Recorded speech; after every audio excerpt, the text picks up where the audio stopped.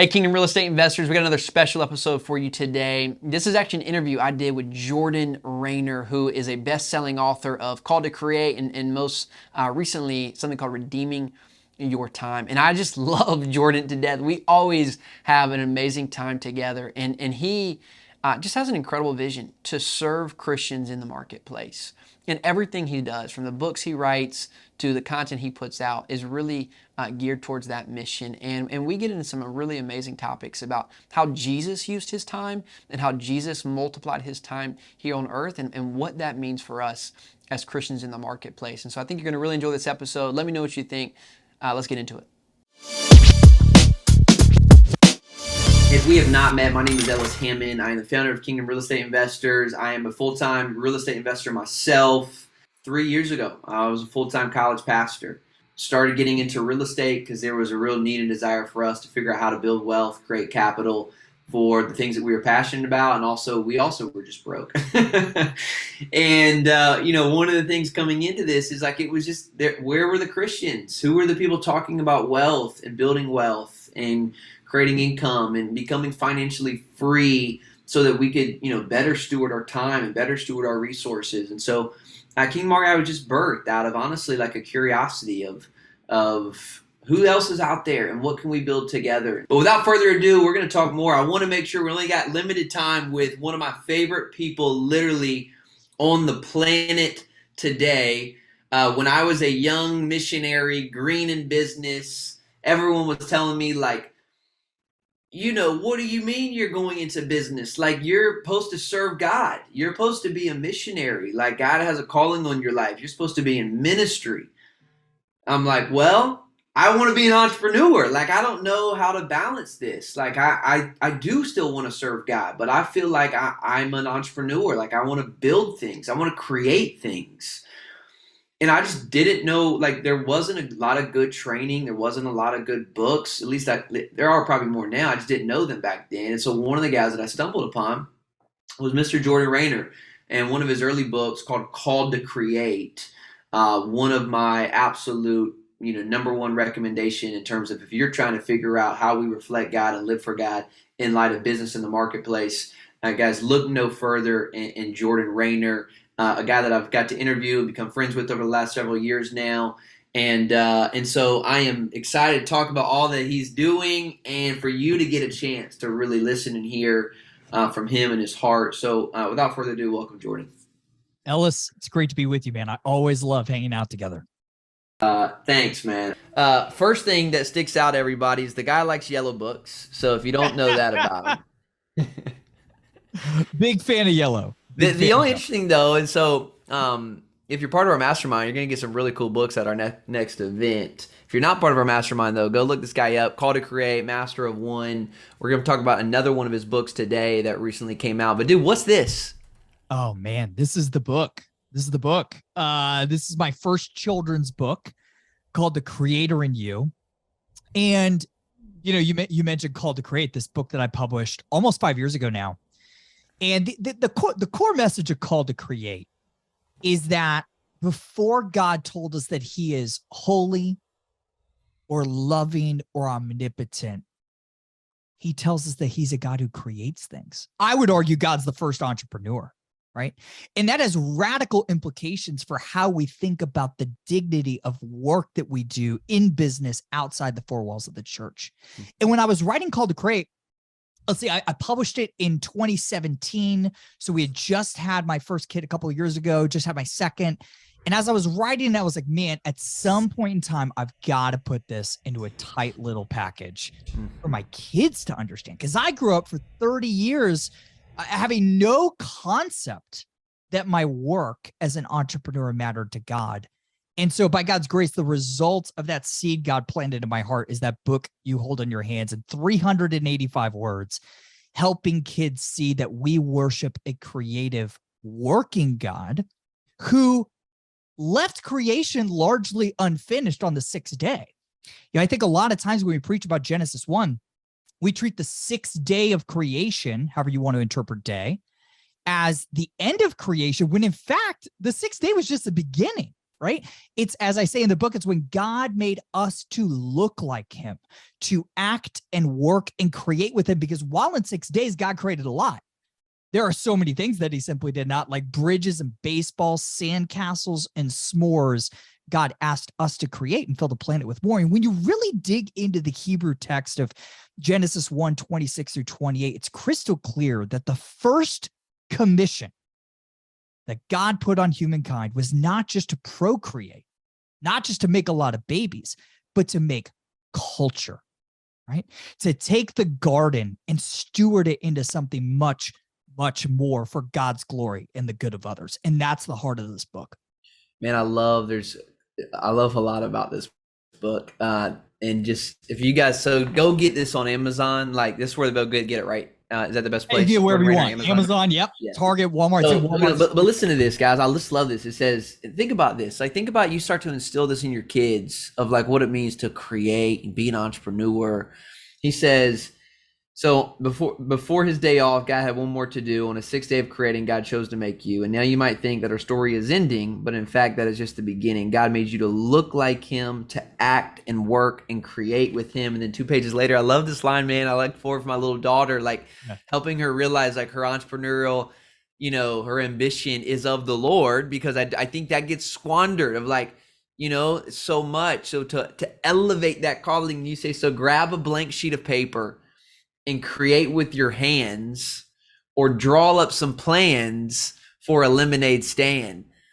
So guys, like, I'm so pumped about this book. I'm so excited that Ruthie, my daughter, gets the opportunity to grow up with stuff like this, and for us to celebrate in our home what it means to create, and to turn ideas into profitable companies that then can go and serve the world, or at the very least give people fresh lemonade. So there you go. Exactly right. Man. So make sure you guys do that, everyone. So we've prepared some stuff for today. You come from a pastoral background. Yes. You leave to go do business, right? Yep. And you get all these quizzical looks that all of us who have always worked outside the church have gotten our entire lives, of how in the world could your work as an investor, your work in real estate, your work as an entrepreneur be ministry. And it's part of the reason why I wrote this children's book, The Creator in You, because it reminds us that the Great Commission, important as it is not the first commission. The first thing God asked humankind to do was to fill the earth, subdue the earth with culture, to create in his image. And oh, by the way, God never once retracted the first commission. I think a lot of times we think, oh, well, after human beings sinned, the only thing that matters is saving souls and getting us all out of this godforsaken planet. That's not the story of Scripture. Nowhere in Scripture does God say, hey, remember what I said about filling the earth with culture? Scratch that. And look at Genesis 9. Take Noah. After the flood, what does God tell Noah and his sons? Be fruitful and fill the earth. Create. Again, the first commission is still a part of the charge of the church, but it's been overshadowed by our near myopic focus on the Great Commission. And I think the irony of this is, in all likelihood, it's going to be through our kids re-embracing the first commission that we're the most effective at the Great Commission in this next generation. Why? Because we have the largest number of people on record with no religious affiliation. Our kids' friends that they go to school with, and go to college with, and go to work with, they're not going to be walking into the doors of a church to learn about Jesus the first time. So how are they going to do it?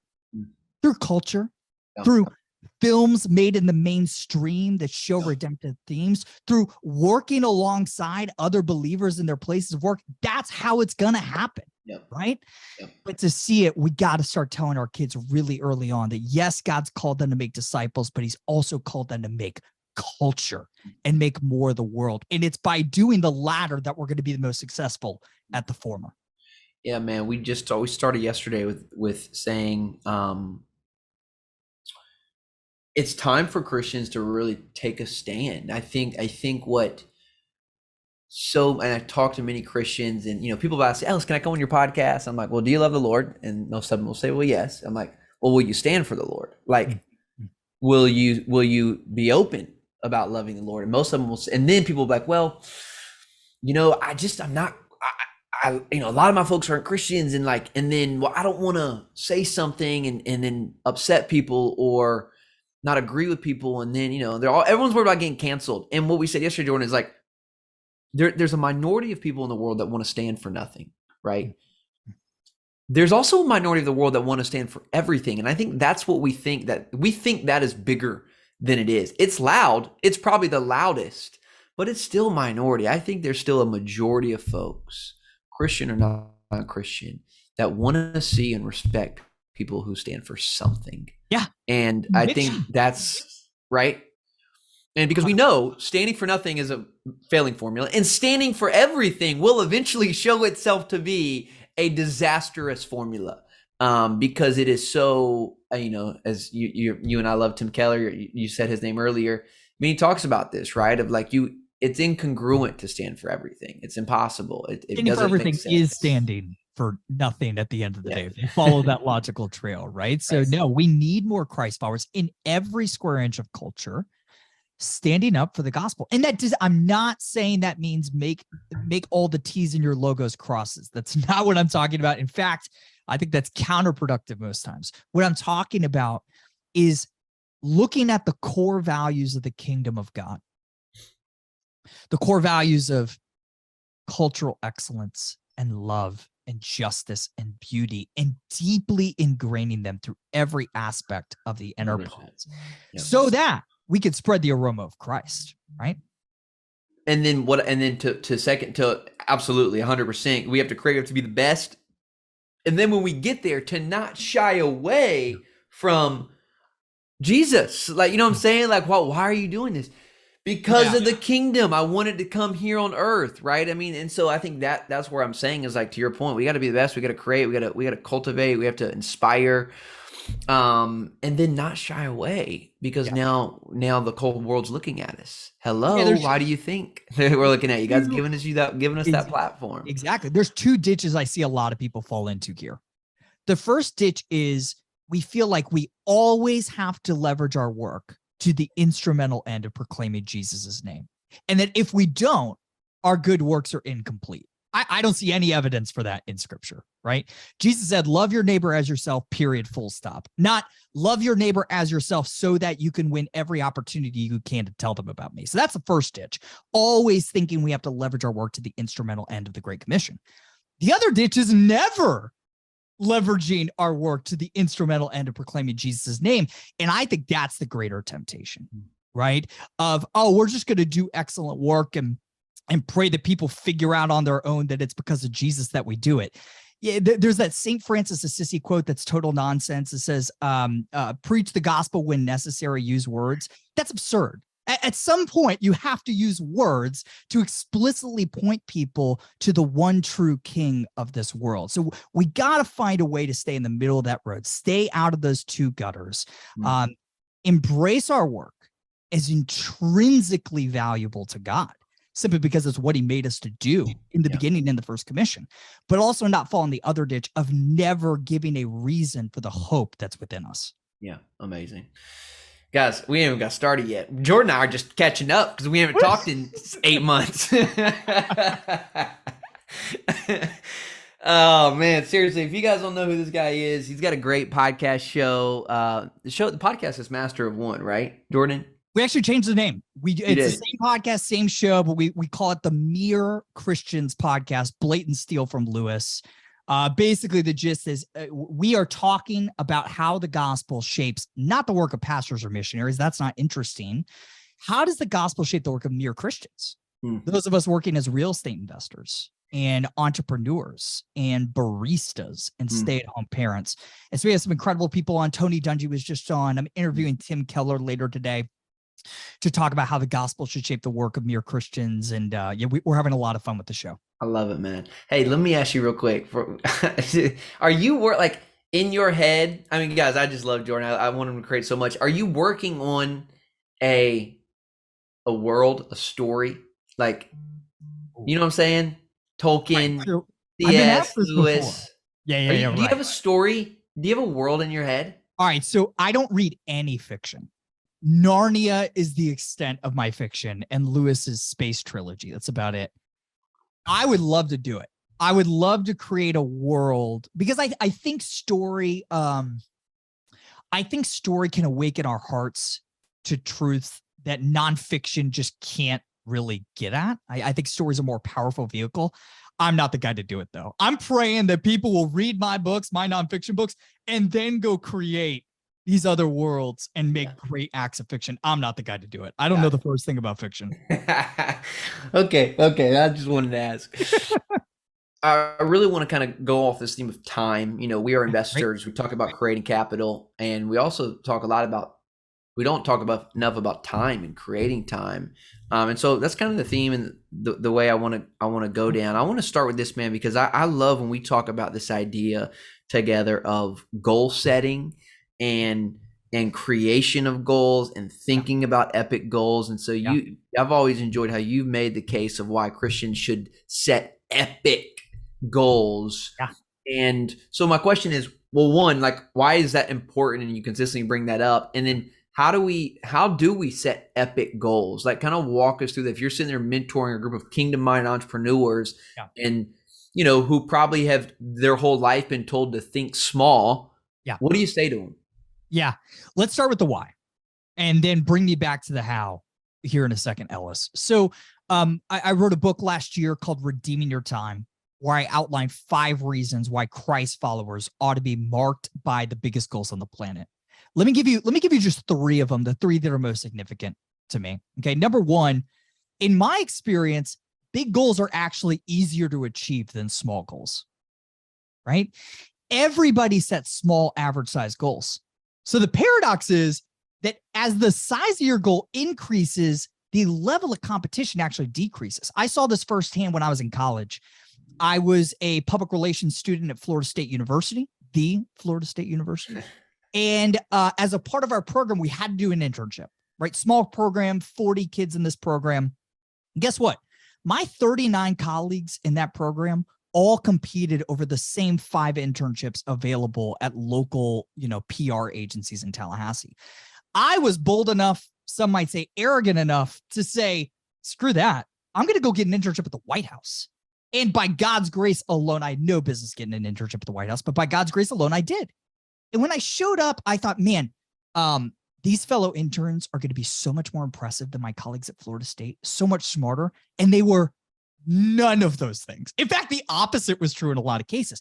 But what they had was audacity. Mm-hmm. What they had was bigger goals. And the irony was that bigger goal was easier to achieve than the smaller one. Mm-hmm. Here's the second reason why Christ followers should set bigger goals. Big goals make it easier for us to say no.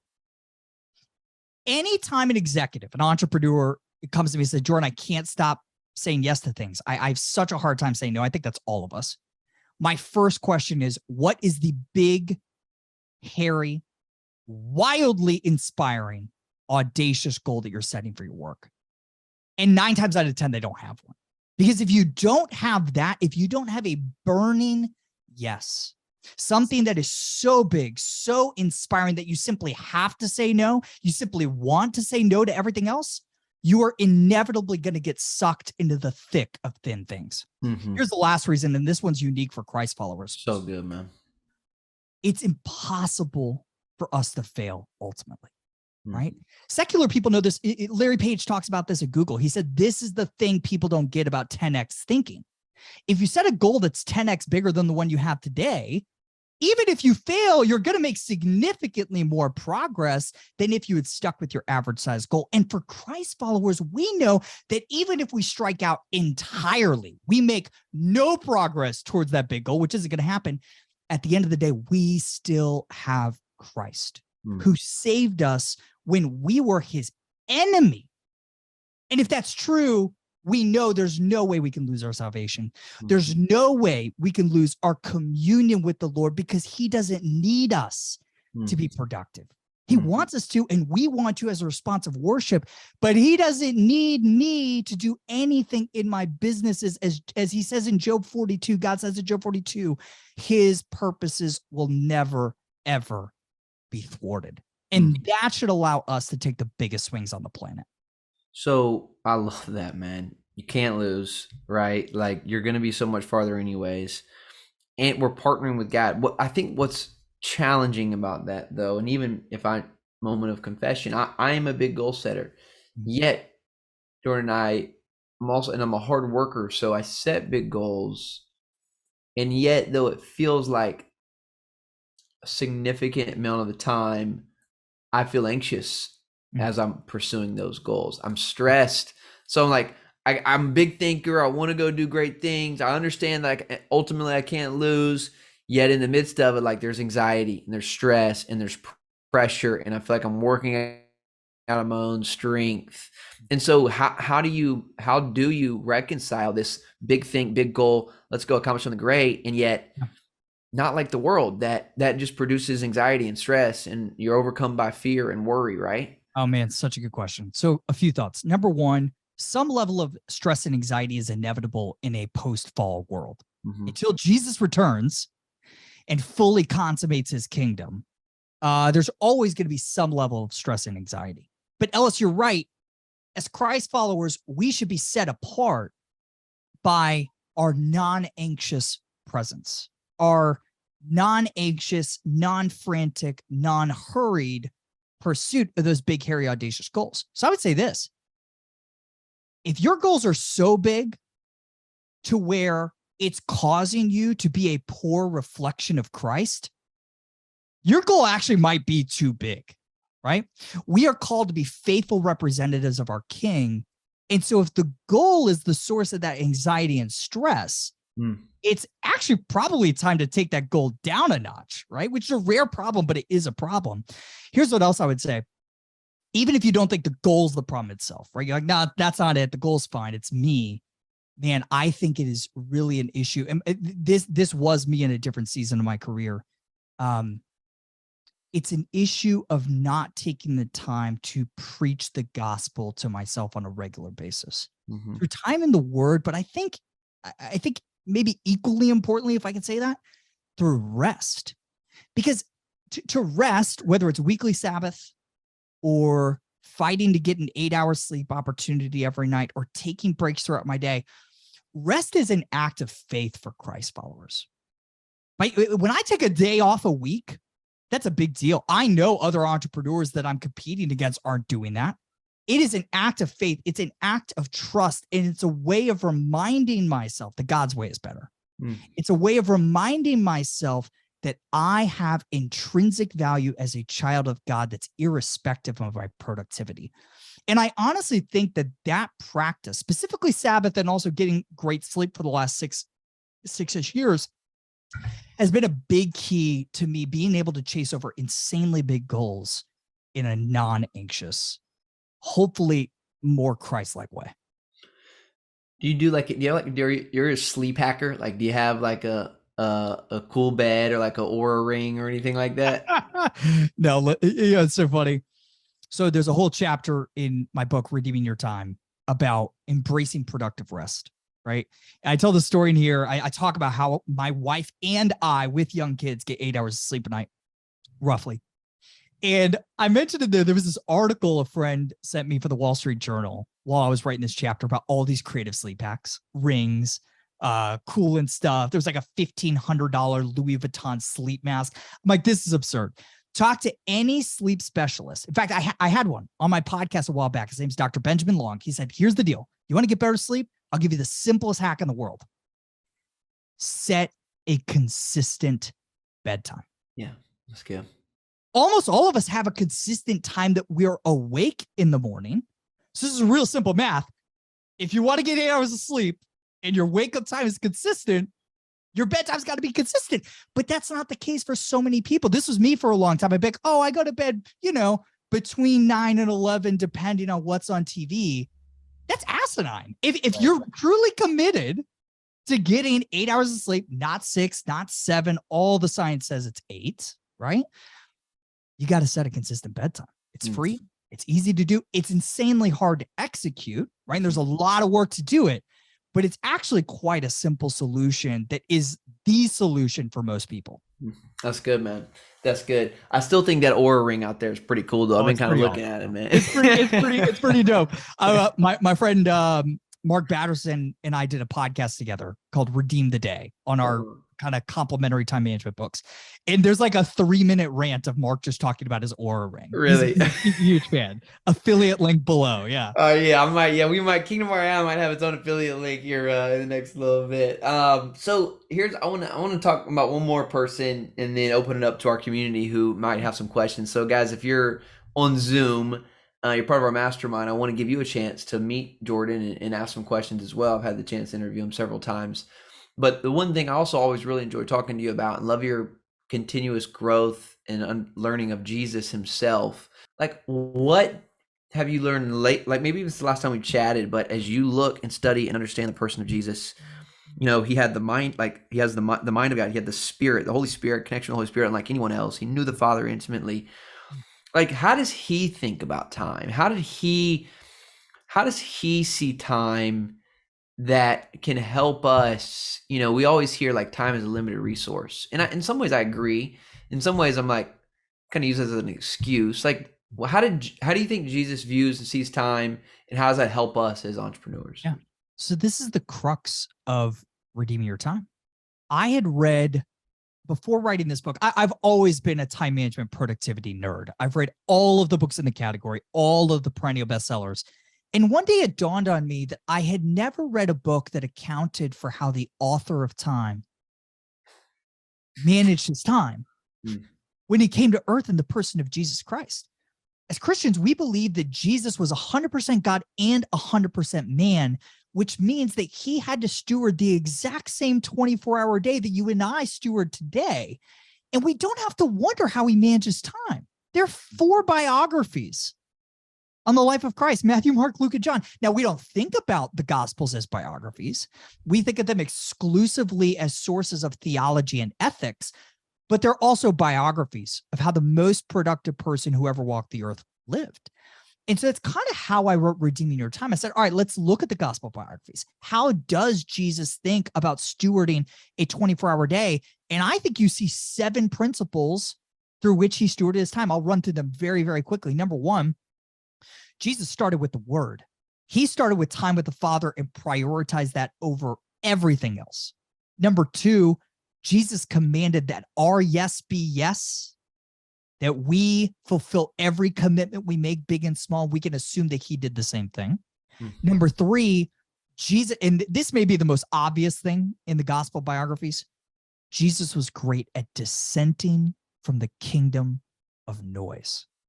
He spent an absurd amount of time in solitary places, the Gospels call them, lonely places, i.e. times of solitude where he could think and be creative and listen to the voice of God. Number 4, Jesus prioritized his yeses. He didn't say yes to everything, contrary to our caricature of Jesus as a nice guy who always said yes.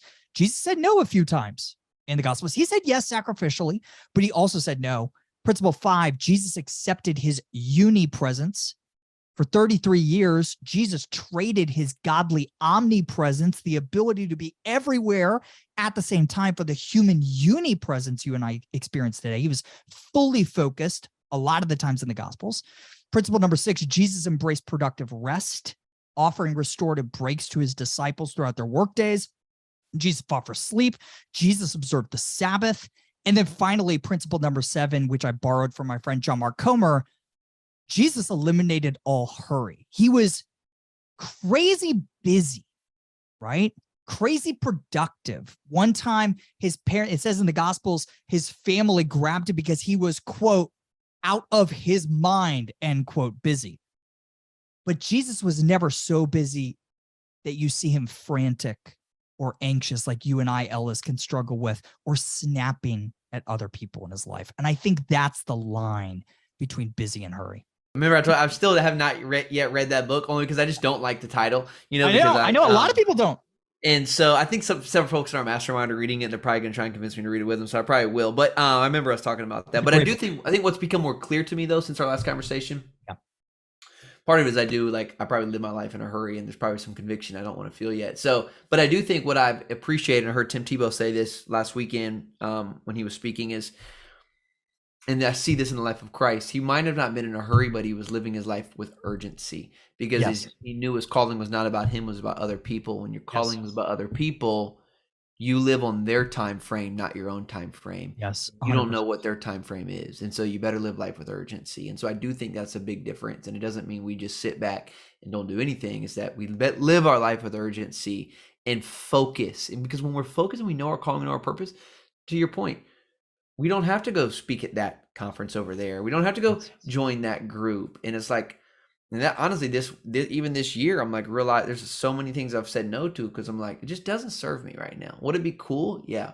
Would it help me and my name probably get out there a little bit more? Yeah. But is that really what I need to do right now for me to truly live out my calling and grow what I need to grow? Yeah. No, it's not. Yeah. And that's about prioritizing your yeses. And I'll say this, once you're clear on your yes, once you're clear on the things that you believe God's called you to do in this season, the natural implication of that is Ephesians 5:16, where Paul commands in response to the gospel that we be people who redeem the time because the days are evil. In other words, we're running out of time to do the work God has called us to do. Now, if I die tomorrow, God's going to finish that work with or without me. I'm not special, neither are you, right? But I'm running out of time to participate in the blessing of partnering with God in his kingdom building project. I just literally this morning got in the mail. I designed my own Nike shoe for the first time. I don't spend money ever. I did this. I was like, I want to do it. And I designed it in the colors of Redeem Your Time. And I customized Yellow? right the Is that tongue. yellow? They're yellow, they're red, they're awesome. I look like Ronald McDonald running around my neighborhood. But I put in there ROOT, running out of time. And my wife's like, that's so dumb. You're so lame. I'm like, no. I want a visible reminder that I'm running out of time to do the work I think God's called me to do. And I want that to motivate me to have great urgency to do as much good works as I can for my kids, for my spouse, and for the world I'm called to serve. That hits differently, man. In a non-frantic way, in a non-hurried way, a life-giving, peaceful, Jesus-like way. I'm running out of time. So are you. Get to it. That hits, man. That hits. That's emotional hit right there. I mean, that's the Spirit of God working right there.